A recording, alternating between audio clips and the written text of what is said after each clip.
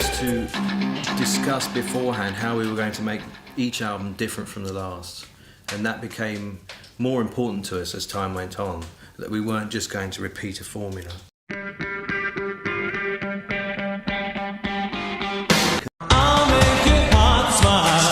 We also thought it was ironic because, you know, we didn't really feel that we ever fitted in with the mainstream.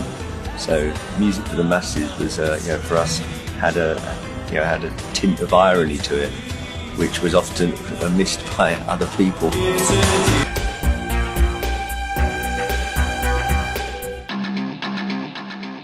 Because we'd worked on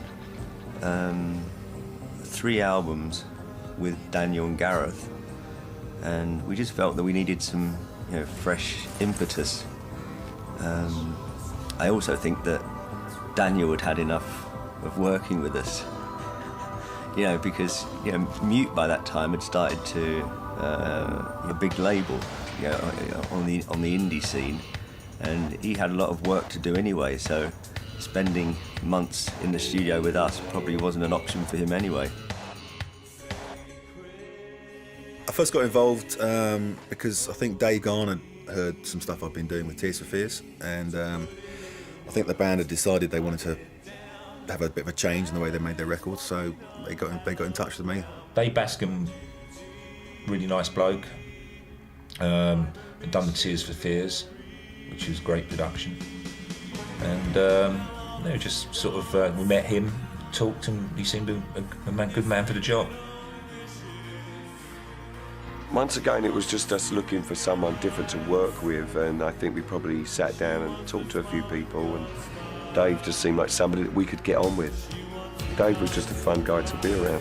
When I first met them, as I said, I was expecting these very serious kind of craft work kind of people. And Fletch, who looks incredibly bookish, you know, he's bins and stuff, and he said, yeah, I don't usually go out clubbing much, I used to tend to sit at home and read.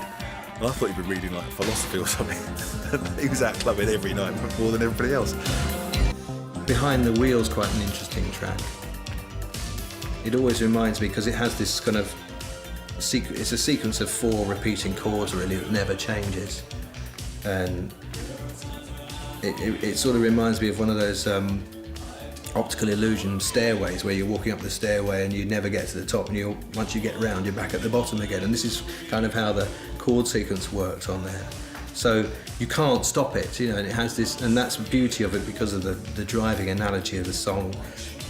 It works really well in that sense, and so we wanted to keep the momentum of that track and build on it. Let's go over this again.